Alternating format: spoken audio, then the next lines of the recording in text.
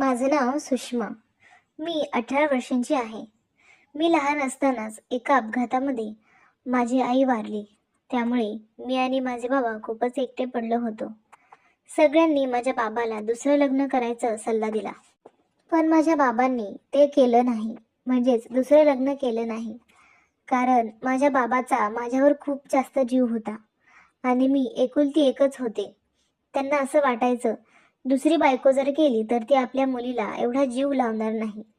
कारण मी खूपच लाडाने वाढलेली एकुलती एक मुलगी होते. मला भाऊ सुद्धा नव्हता. खरं तर ज्या दिवशी माझ्या आईचा अपघात झाला म्हणजेच ॲक्सिडेंट झाला, त्या दिवशी माझे आई बाबा एका अनाथ आश्रममध्ये जात होते. पण समोरून एक मोठी गाडी आली आणि धडक मारल्यामुळे माझी आई जाग्यावरच गेली. मला भाऊ नव्हता. त्यामुळे आई बाबा माझ्यासाठी भाऊ आणायला म्हणजेच एका मुलाला दत्तक घ्यायला निघाले होते. ते दोघे मला माझ्या वाढदिवसाला सरप्राईज देणार होते. पण माझ्या आईची खूप इच्छा होती, ज्या मुलाला त्यांनी पसंत केलं होतं त्याला घरी घेऊन यायचं होतं.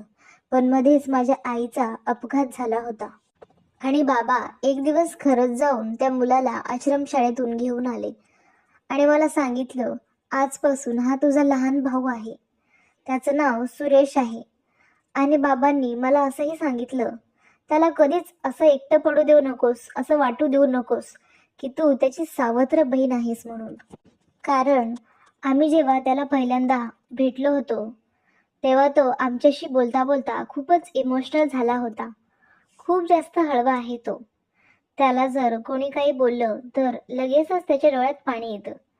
आणि म्हणून तुला मुद्दामून सांगतो आहे की त्याला बोलताना विचार करूनच बोलत जा. मग मी बाबांना सांगितलं, ठीक आहे, असंही तो माझ्यापेक्षा लहानच आहे आणि त्यामुळे मोठ्या बहिणीचं त्याला ऐकावंच लागेल. बाबांनी लगेच मोठे डोळे करून माझ्याकडे बघितलं आणि म्हणाले, हो बाळा, पण जरा जपून, तो लहान आहे तुझ्यापेक्षा. तरी सुरेशचं वय एकूण 16-17 असेल आणि बाबा तर असं बोलत होते जसं काय तो अगदी 1-2 वर्षांचाच आहे आणि मी फक्त त्याच्यापेक्षा 1च वर्षानंतर मोठे होते. म्हणजे 1 वर्षांनीच तर मोठे होते. पण बाबांना त्याचीच जास्त कीव यायची. त्यांना तोच जास्त जवळचा वाटू लागला. असो, मी एवढं लक्ष दिलं नाही. म्हटलं जाऊ दे. महिन्याभरातच सुरेश आमच्यामध्ये खूप जास्त रमला. सारखं मला ताई ताई, माझ्या बाबांना बाबा बाबा करून असं आमच्या मागे असायचा आणि आम्हालाही ते चांगलं वाटायचं. बाबा त्याला मे महिन्यात घेऊन आले होते आणि तेव्हा शाळेला सुट्ट्या होत्या. त्यामुळे सुरेश दिवसभर घरीच असायचा, रिकामटेकडा. मी सुट्ट्यांमध्ये डान्सचा क्लास लावला होता आणि दुपारी मी तिकडेच असायचे 2 तास. आणि त्यामुळे सगळं घर सुरेशच्या हवाली असायचं.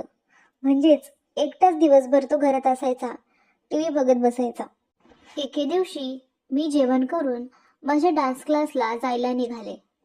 तिथे पोहोचल्यावर मला समजलं, आम्हाला डान्स ज्या मॅडम शिकवत होत्या त्यांचा पायच मुरगळला होता. म्हणजेच त्यांच्या पायाचं फ्रॅक्चर झालं होतं आणि डॉक्टरांनी त्यांना नीट व्हायला किमान 10 दिवस तरी सांगितले होते. आणि पुढच्या 15 दिवसांनीच माझं कॉलेज सुद्धा सुरू होणार होतं. म्हणजेच सुट्ट्या ह्या संपणार होत्या आणि त्यात हे 10 दिवस माझे असे जाणार होते, मला आता घरीच बसावं लागणार होतं. कारण की त्या मॅडमचा पाय फ्रॅक्चर झाला होता. पण या 10 दिवसात घरी माझ्यासोबत असं काहीतरी होईल याचा मी विचारही केला नव्हता. 3-4 दिवसातच मी खूप कंटाळून गेले होते. कारण आता मला क्लासला जायची सवय लागली होती आणि त्यातच कॉलेजही बंद होतं. त्यामुळे मी आणखीनच बोर झाले होते आणि म्हणून घरी बसून मला एकटं एकटं वाटू लागलं. म्हणून मी माझ्या रूमच्या बाहेर पडले आणि सुरेशच्या बाजूला जाऊन बसले. तो हॉलमध्ये होता, टीव्ही बघत होता. मी त्याच्या बाजूला बसल्यावर त्याने लगेचच रिमोट घेऊन चॅनल चेंज केलं. कारण टीव्हीवर किसिंग सीन चालू होता. त्याला वाटलं मी त्याला ओरडेल म्हणून त्याने ते बदललं. मग मीही त्याची मजा घ्यायचं ठरवलं आणि ते चॅनल परत लावलं. मी त्याला म्हटलं, एवढं काय घाबरतोस रे? एक गाणंच तर आहे आणि फक्त त्यामध्ये तो सीन चालू आहे. तुला ते चॅनल बदलायची काही एक गरज नाहीये. तेव्हा त्याने मोकळा श्वास घेतला. म्हणजे आता त्यालाही वाटलं की मी मोकळ्या स्वभावाची आहे आणि घाबरायची काहीच गरज नाही. तेव्हा तो बिनधास्तपणे गाणी ऐकू लागला. सुरेशबद्दल सांगायचं झालं तर तो दिसायला फारच हँडसम होता. वयाने मी जरी त्याच्यापेक्षा मोठी असले तरीही तोच माझ्यापेक्षा मोठा दिसायचा.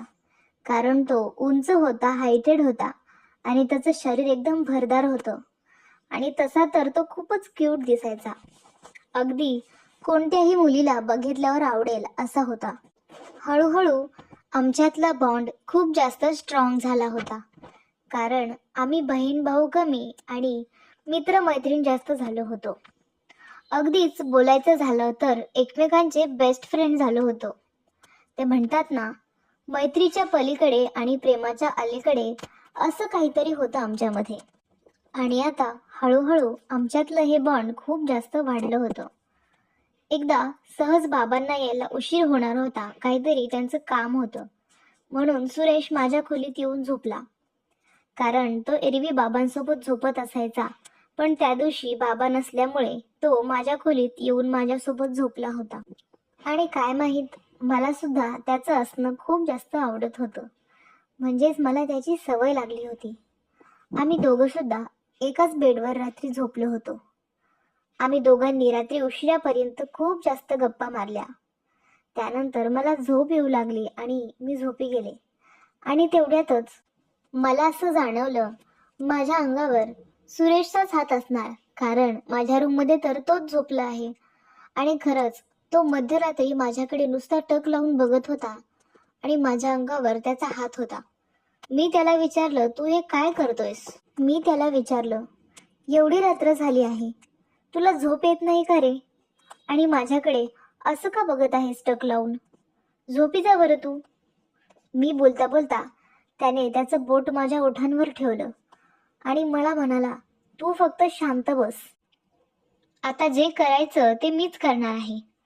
तू फक्त त्या गोष्टीची मजा घे. मजा? कसली मजा?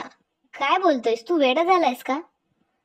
आणि तो मला म्हणाला, तू माझी बहीण आहेस, मी तुझा भाऊ आहे, हे अगदी बरोबर आहे. पण आपण दोघे सावत्र बहीण भाऊ आहोत, हे नकोस विसरू. त्यामुळे आपल्याला जे करायचं ते आपण करूया. म्हणजे तू सुद्धा खुश आणि मी सुद्धा खुश.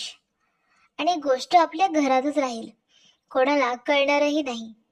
बाबांना हे कळणार नाही. तू टेन्शन घेऊ नकोस. त्यामुळे तू मला आता सगळं काही करू दे, अडवू नकोस. त्याचं बोलणं ऐकून तर आधी मी खूपच शांत झाले. मला समजतच नव्हतं मी नेमकं काय बोलू. पण त्याने थोड्या वेळातच मला एवढं गरम केलं होतं आणि मी जर त्याला होकार दिला तर तो आणखीन काय काय करेल सांगता येत नाही. या विचारानेच माझ्या पोटामध्ये गुदगुल्या झाल्या. आणि माझ्या चेहऱ्यावरच्या स्माईलने तो समजून गेला की माझा या गोष्टीला होकार आहे.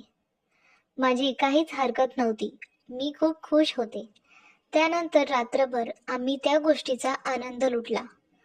आणि जेव्हा पण आम्हाला ती गोष्ट करू वाटायची, इच्छा व्हायची, तेव्हा आम्ही ती गोष्ट करायचो, एकत्र यायचो. आणि अशा पद्धतीने आपली ही गोष्ट इथेच संपते. कशी वाटली कमेंटमध्ये नक्की सांगा. तुम्ही जर आपल्या चॅनलवर नवीन असाल तर चॅनलला सबस्क्राईब करायला विसरू नका. आणि सोबतच बेल आयकॉन सुद्धा प्रेस करा, म्हणजे आपल्या व्हिडिओचे नोटिफिकेशन तुम्हाला सर्वात आधी मिळेल. आणि हो, असेच व्हिडिओ पाहण्यासाठी